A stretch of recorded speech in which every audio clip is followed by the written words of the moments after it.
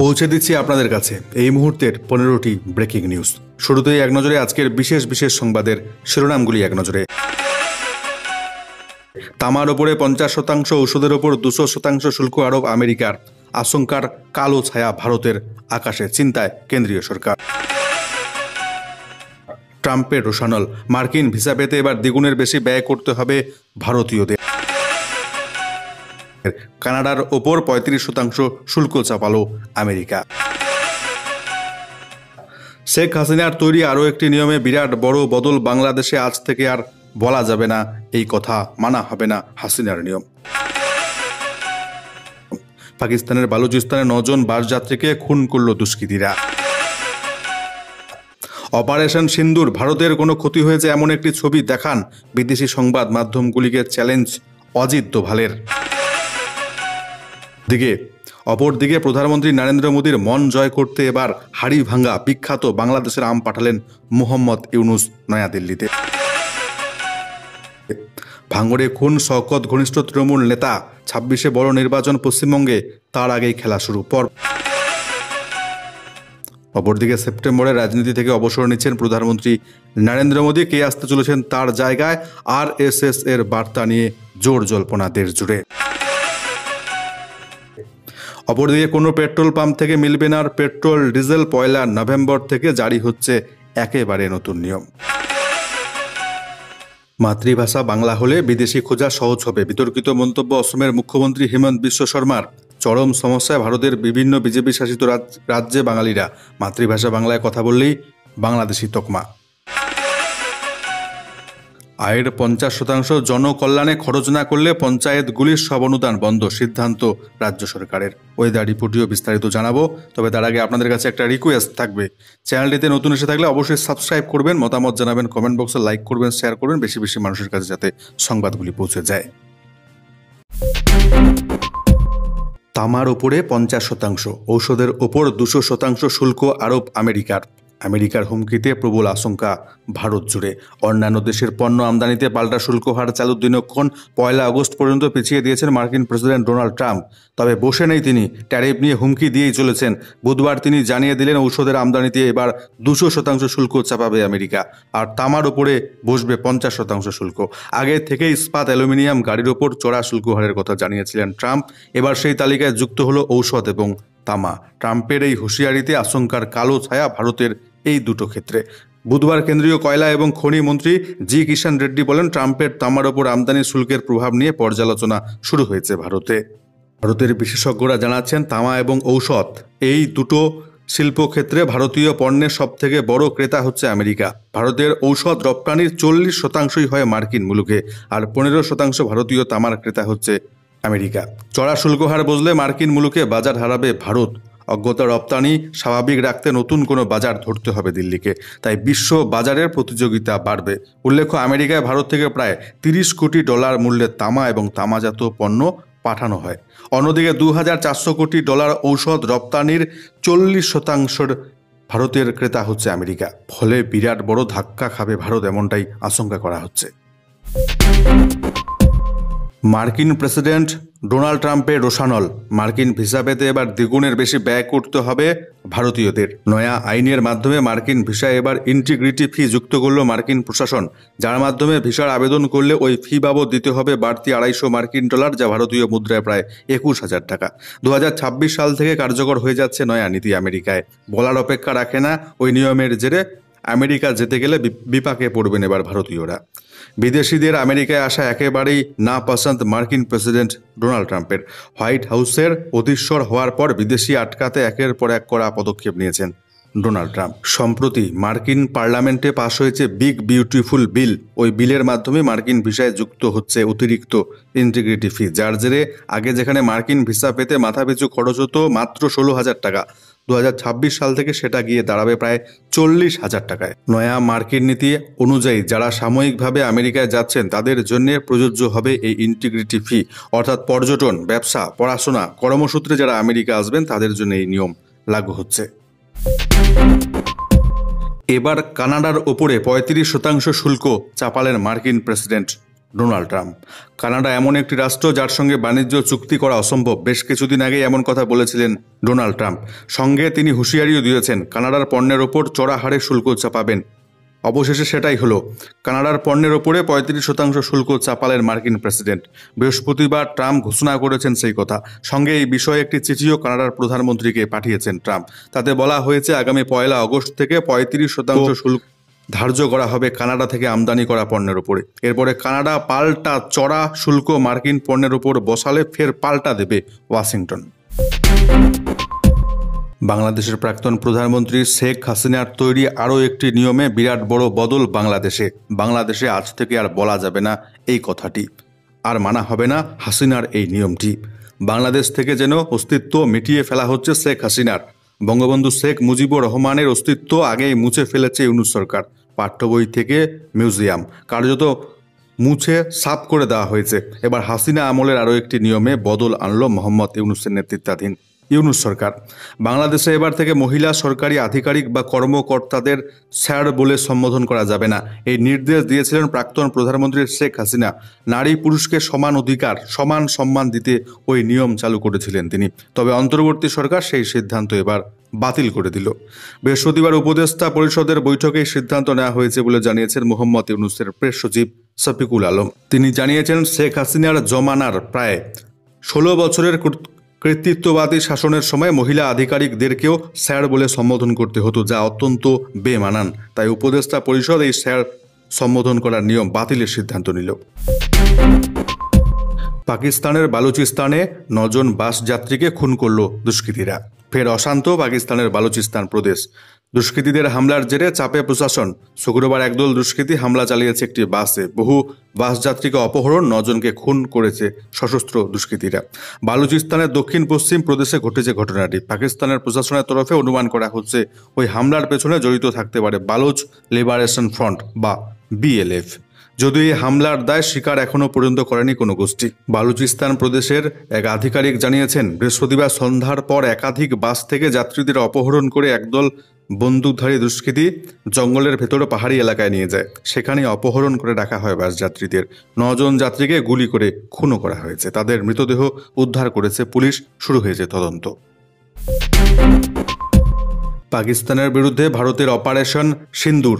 ভারতের কোনো ক্ষতি হয়েছে এমন একটি ছবি দেখান বিদেশি সংবাদ মাধ্যমগুলিকে চ্যালেঞ্জ এবার অজিত দোভালের। চলতি বছরের 22 এপ্রিল ভারতের ইতিহাসের কালো দিন। জম্মু এবং কাশ্মীরের পহেলগাঁওতে বেছে বেছে ভারতীয় পর্যটকদের খুন করে জঙ্গিরা। যার জবাবে অপারেশন সিন্দুর অভিযানে পাক অধিকৃত কাশ্মীরে থাকা জঙ্গি ঘাঁটি গুড়িয়ে দেয় ভারতীয় সেনা। সন্ত্রাসবাদের কোমর ভেঙে দেওয়া হয় অপারেশন সিন্দুরের মাধ্যমে। কিন্তু সেই অপারেশন সিন্দুর নিয়ে নানা দ্বিচারিতা করেছে বিদেশি সংবাদ মাধ্যমগুলি। এমনটাই অভিযোগ ছিল নয়াদিল্লির তরফে। এবার কার্যত বিদেশি সংবাদ মাধ্যমগুলিকে চ্যালেঞ্জ ছুড়ে দিলেন ভারতের জাতীয় নিরাপত্তা উপদেষ্টা অজিত দোভাল। বিদেশি সংবাদ মাধ্যমের তরফে বলা হয়েছিল অপারেশন সিন্দুরের সময় ভারতের ক্ষতি হয়েছে অনেক, যদিও সেই দাবি উড়িয়ে দিয়েছেন অজিত দোভাল। শুক্রবার IIT মাদ্রাজের একটি অনুষ্ঠানে গিয়ে জাতীয় নিরাপত্তা উপদেষ্টা বলেন, বিদেশি সংবাদ মাধ্যমগুলি অপারেশন সিন্দুরের সম্পর্কে মিথ্যে খবর ছড়িয়েছে বিশ্বজুড়ে। আমাকে এমন একটি ছবি দেখান যেখানে ভারতের ক্ষতি হয়েছে। একটি ভাঙা কাচেরও ছবি দেখাতে পারবেন না। এই সময়ে ভারতের কোনো ক্ষতি হয়নি বলে দাবি করেছেন অজিত দোভাল। তিনি আরও জানিয়েছেন, আমরা গর্বিত যে আমরা ওই সিন্দুর অপারেশনের সময় দেশীয় প্রযুক্তি ব্যবহার করেছি। আমরা সীমান্তের ওপারে থাকা 9টি জঙ্গি ঘাঁটিতে প্রত্যাঘাতের সিদ্ধান্ত নিয়েছিলাম। এর মধ্যে সীমান্ত এলাকায় একটিও ঘাঁটি ছিল না। আমাদের সমস্ত টার্গেট ছিল সঠিক। আমরা কেবল সন্ত্রাসবাদী ঘাঁটিগুলি ধ্বংস করেছি। মাত্র 23 মিনিটে নির্ভুল অপারেশন করেছি। কোনো জঙ্গি ঘাঁটি বাদ পড়েনি। তার বাইরে অন্যত্র প্রত্যাঘাত করেনি ভারত। অজিত দোভাল আরও বলেন, বিদেশি সংবাদ মাধ্যম অনেক কিছু বলেছে, কিন্তু 10ই মের আগে এবং পরে পাকিস্তানের 13টি বায়ুসেনার ঘাঁটির উপগ্রহ চিত্র দেখলেই সবকিছু পরিষ্কার হয়ে যাবে। দিল্লির মন জয় করতে এবার ভারতের প্রধানমন্ত্রী নরেন্দ্র মোদীকে আম পাঠাচ্ছেন মোহাম্মদ ইউনূস। মোদীকে পাঠালেন ঝুড়ি ভর্তি হাড়ি ভাঙা আম। ভারতের প্রধানমন্ত্রী নরেন্দ্র মোদীকে আম পাঠালেন মোহাম্মদ ইউনূস। জানা গিয়েছে, দেশের উত্তরে জনপথ জেলা রংপুরের বিখ্যাত হাড়ি ভাঙা আম উপহার হিসেবে পাঠানো হয়েছে ভারতে। গত কয়েক বছর ধরে প্রাক্তন প্রধানমন্ত্রী শেখ হাসিনা ভারতের কেন্দ্রীয় এবং রাজ্য সরকারদের কাছে উপহার হিসেবে আম পাঠিয়েছেন। এবার সেই পথ ধরে মোহাম্মদ ইউনূস বৃহস্পতিবার ত্রিপুরার মুখ্যমন্ত্রী এবং শুক্রবার প্রধানমন্ত্রী নরেন্দ্র মোদীর জন্য আম পাঠিয়েছেন। দিল্লিতে বাংলাদেশের দূতাবাস সূত্রে এই খবর নিশ্চিত করা হয়েছে। আমের চালান এরই মধ্যে সীমান্ত পেরিয়ে দিল্লিতে পৌঁছে গিয়েছে বলে জানা যাচ্ছে। খুব শিগগির ওই আম প্রধানমন্ত্রী নরেন্দ্র মোদীর বাসভবনে 7 নম্বর লোক কল্যাণ মার্গে পাঠানো হবে বলে জানা যাচ্ছে। এর আগে ত্রিপুরা রাজ্যের মুখ্যমন্ত্রী মানিক সাহার জন্য শুভেচ্ছা উপহার হিসেবে 300 কেজি রংপুরের বিখ্যাত হাড়িভাঙা আম পাঠিয়েছেন প্রধান উপদেষ্টা মোহাম্মদ ইউনূস। 2026-এ বিরাট বড় নির্বাচন পশ্চিমবাংলায়, তার আগেই খেলা শুরু। ভাঙড়ে খুন শওকত ঘনিষ্ঠ তৃণমূল নেতা, পরপর গুলি, মৃত্যু নিশ্চিত করতে অস্ত্রের কোপ, ঘটনাস্থলে সিপি। ভাঙড়ে খুন শওকত ঘনিষ্ঠ তৃণমূল নেতা। দলীয় বৈঠক সেরে ফেরার পথে বৃহস্পতিবার রাতে বাড়ির কাছে দুষ্কৃতীদের গুলিতে খুন হলেন ভাঙড়ের চালতাবেড়িয়া অঞ্চলের তৃণমূল সভাপতি।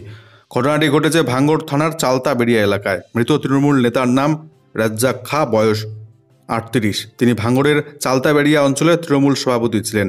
রাজ্জাকের বাড়ি ভাঙড় বাজারের মরিচা এলাকায়। বৃহস্পতিবার রাতে দলীয় বৈঠক থেকে বাড়ি ফেরার সময় খুন হয়েছেন তিনি। পুলিশ সূত্রে খবর, প্রথমে পরপর 3টি গুলি করা হয়, পরে মৃত্যু নিশ্চিত করতে ধারালো অস্ত্র দিয়ে কোপানো হয়। ঘটনার খবর পেয়ে আসে কাশীপুর থানার পুলিশ। দেহ উদ্ধার করে ময়নান তদন্তের জন্য পাঠানো হয়েছে। সব দিক খতিয়ে দেখছে তদন্তকারীরা। তবে এটি রাজনৈতিক খুন বলে দাবি করেছেন বিধায়ক শওকত মোল্লা। তার অভিযোগ, আইএসএফ আশ্রিত সমাজ বিরোধীরা এই ঘটনাটি ঘটিয়েছে। ক্যানিং পূর্বের বিধায়ক শওকত মোল্লা বলেন, আইএসএফ আশ্রিত সমাজ বিরোধীরা এই ঘটনাটি ঘটিয়েছে। সেপ্টেম্বরেই রাজনীতি থেকে অবসর নিচ্ছেন প্রধানমন্ত্রী নরেন্দ্র মোদী। কে আসতে চলেছেন তার জায়গায়? আরএসএস এর বার্তা ঘিরে জোর জল্পনা। প্রধানমন্ত্রী নরেন্দ্র মোদীকে উদ্দেশ্য করে ফের রাজনৈতিক আক্রমণ শানালেন শিবসেনা নেতা সঞ্জয় রাউত। বৃহস্পতিবার তিনি দাবি করেন, রাষ্ট্রীয় স্বয়ংসেবক সংঘ অর্থাৎ আরএসএস নিজেই মোদীকে 75 বছর বয়সে অবসর নেওয়ার পরামর্শ দিচ্ছে। রাউতের মন্তব্যটি সংঘ প্রধান মোহন ভাগবতের সাম্প্রতিক বক্তব্যকে কেন্দ্র করে। নাগপুরে প্রয়াত জ্যেষ্ঠ সংঘ নেতা মোড়পন্থ পিংলের জীবনকথা নিয়ে প্রকাশিত একটি ইংরেজি বইয়ের উদ্বোধন অনুষ্ঠানে মোহন ভাগবত একদিন আগেই জানিয়েছেন, মোড়পন্থ পিংলে শিখিয়েছিলেন, যখন কেউ 75 বছর পূর্ণ করে তখন তাকে সরে দাঁড়িয়ে অন্যদের সুযোগ করে দিতে হয়। তিনি আরও বলেন, সঙ্গের কাজ হতে হবে নিঃস্বার্থভাবে, প্রচার ছাড়া। নির্দিষ্ট বয়সের পর নতুন প্রজন্মকে দায়িত্ব দেওয়া উচিত। এই বক্তব্যকে রাজনৈতিক অস্ত্রে পরিণত করেছেন সঞ্জয় রাউতের কটাক্ষ। অবসর নেওয়ার নিয়ম মোদী এবং আরএসএস নিজেরাই তৈরি করেছে।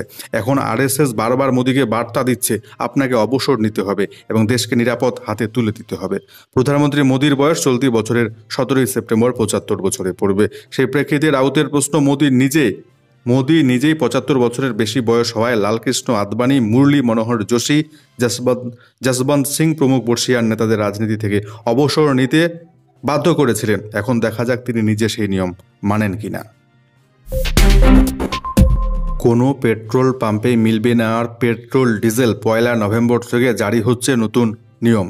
যে পেট্রোল পাম্পেই যান না কেন আপনি পাবেন না পেট্রোল ডিজেল। গাড়ি নিয়ে কড়া নিয়ম আসতে চলেছে খুব দ্রুত। সত্যি গ্রাহকরা আর পাবেন না জ্বালানি। হাতে মাত্র কয়েক মাস সময়। আগামী 1 নভেম্বর থেকে পেট্রোল পাম্পে গেলেও বহু গাড়ি জ্বালানি পাবে না। যদি আপনার পেট্রোল চালিত গাড়ি হয় তাহলে তা 15 বছরের পুরনো হলে এবং ডিজেল চালিত গাড়ি হলে 10 বছরের পুরনো হলে আর জ্বালানি পাওয়া যাবে না পেট্রোল পাম্প থেকে। এই নিয়ম কার্যকর হচ্ছে দিল্লি এবং তার পার্শ্ববর্তী 5 জেলা গুরুগ্রাম, ফরিদাবাদ, নয়ডা, গাজিয়াবাদ এবং সোনিপতে। কমিশন ফর এয়ার কোয়ালিটি ম্যানেজমেন্টের বৈঠকেই সিদ্ধান্ত হয়েছে চূড়ান্ত। দিল্লিতে 1 জুলাই থেকে এই নিয়ম কার্যকর করার কথা ছিল, তবে জনগণের চাপ ক্ষোভের মুখে পরের সিদ্ধান্ত আপাতত স্থগিত করা হচ্ছে। দিল্লি এবং সংলগ্ন এলাকাগুলিতে 2 লক্ষেরও বেশি গাড়ি চিহ্নিত করা হয়েছে। 1 নভেম্বর থেকে ওই গাড়িগুলি আর জ্বালানি পাবে না পেট্রোল পাম্প থেকে। ইতিমধ্যে ওই পুরনো গাড়িগুলির মালিকদের নোটিশ পাঠানো হয়েছে। পুরনো বা বুড়ো গাড়ি চিনতে পেট্রোল পাম্পগুলিতে লাগানো থাকবে ক্যামেরা। ওই ক্যামেরা গাড়ির নম্বর প্লেট স্ক্যান করবে। স্ক্যান হওয়ার সঙ্গে সঙ্গে বলে দেবে গাড়ির বয়স। যদি বয়স সীমা পার হয়ে যায় তবে পেট্রোল পাম্প থেকে পেট্রোল ডিজেল দেওয়া হবে না। নিজের মাতৃভাষা বাংলায় কথা বললেই ভারতের বিভিন্ন বিজেপি শাসিত রাজ্যে চরম সমস্যায় পড়ছেন বাঙালিরা। দাগিয়ে দেওয়া হচ্ছে, তকমা দেওয়া হচ্ছে বিদেশি এবং বাংলাদেশি হিসেবে। মাতৃভাষা বাংলা হলে বিদেশি খোঁজা সহজ হবে, বিতর্কিত মন্তব্য অসমের মুখ্যমন্ত্রী হেমন্ত বিশ্ব শর্মার। অপরাধ শুধু বাংলায় কথা বলা, স্রেফ তার জন্যই বাংলাদেশি তকমা দিয়ে পশ্চিমবঙ্গের শ্রমিকদের ওপর হেনস্থার ঘটনা বাড়ছে বিজেপি শাসিত রাজ্যগুলিতে। পুলিশ প্রশাসনের শারীরিক মানসিক নির্যাতন বটেই, বাংলাদেশি পরিচয় দিয়ে ওপার বাংলায় অর্থাৎ বাংলাদেশে পাঠিয়ে দেওয়ার ঘটনাও ইদানিং অহরহ ঘটছে ভারতবর্ষ জুড়ে। তার মধ্যে অসমের মুখ্যমন্ত্রী হেমন্ত বিশ্ব শর্মা খোলাখুলি জানিয়ে দিলেন, অসমের কোনো বাসিন্দা জনগণনার নথিতে মাতৃভাষা বাংলা লিখলেই বোঝা যাবে রাজ্যে কতজন বাংলাদেশি অর্থাৎ বিদেশি বসবাস করছে। হেমন্ত বিশ্ব শর্মার বার্তা স্পষ্ট, দিল্লি বা ওড়িশার মতো বিজেপি শাসিত অসমেও কেউ যদি বাংলা ভাষায় কথা বলে তাহলে তাকে বাংলাদেশি তকমা দেওয়া হতে পারে। ইতিমধ্যে অসম সরকার ভারতের পশ্চিমবঙ্গ রাজ্যের কোচবিহার জেলার এক বাসিন্দাকে এনআরসির নোটিশ পাঠিয়ে বিতর্কে জড়িয়েছে। এবার বাংলা ভাষা নিয়ে মন্তব্য করে বিতর্ক আরও বাড়ালেন মুখ্যমন্ত্রী হেমন্ত বিশ্ব শর্মা।